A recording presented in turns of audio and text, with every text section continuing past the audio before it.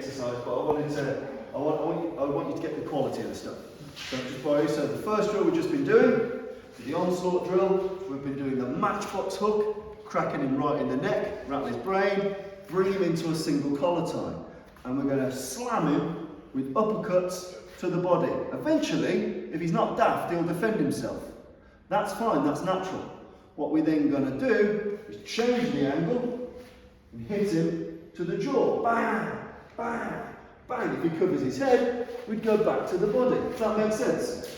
So every time, if I get a good target and I hit it, yeah, let's say I'm hitting here, I would be stupid to stop unless I am stopped.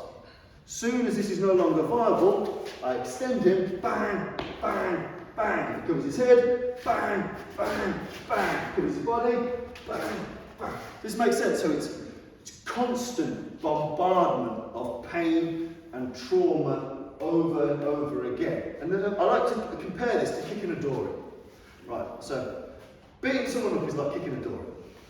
You all looked at the door then like, is he going to kick the door in? Right, if I boot the door by the handle and I dent the wood, my next kick wouldn't be to the bottom of the door, would it? If I've made a small dent, I'm going to make a bigger dent in the same place, and a bigger dent in the same place.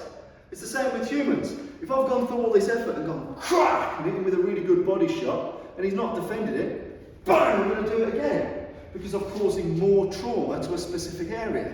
If I've kind of cracked a rib, and now I've really cracked a rib, that's great. Why would I want to kind of crack a rib and kind of crack an orbital bone? Do you understand? So it's damage the rib, crack the rib. Then he might defend himself, damage the orbital bone, crack the orbital bone. Then he covers that, I'll go back to my favourite rib.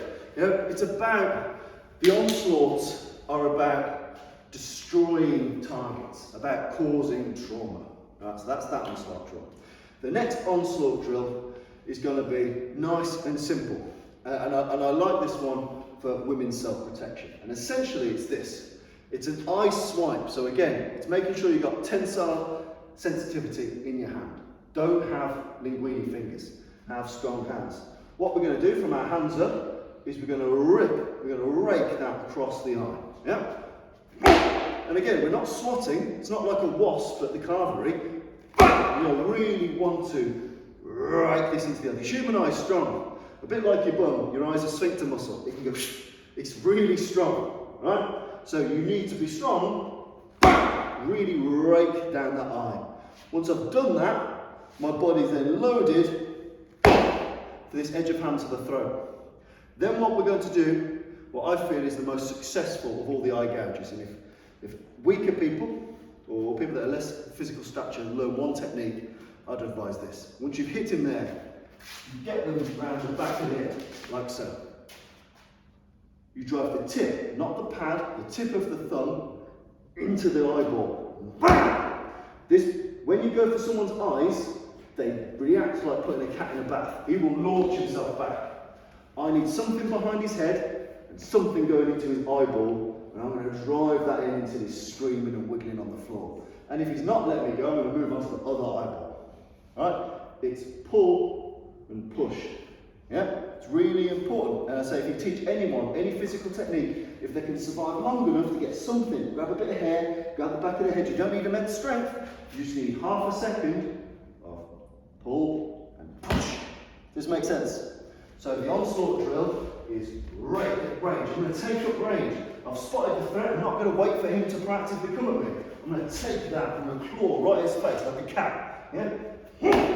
Bang! Straight into that throat. If that drops in, wicked. If it doesn't, I'm going to clobber him around the back of the head and drive that thumb in. And practice the failure. Maybe he's really strong and that eye's not going. Fine, go for the other eye.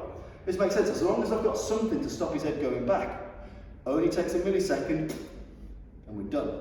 Make sense? Let's give that a go. Eye swipe, chop, grip, and take that eyeball. Lovely stuff. Give it a go.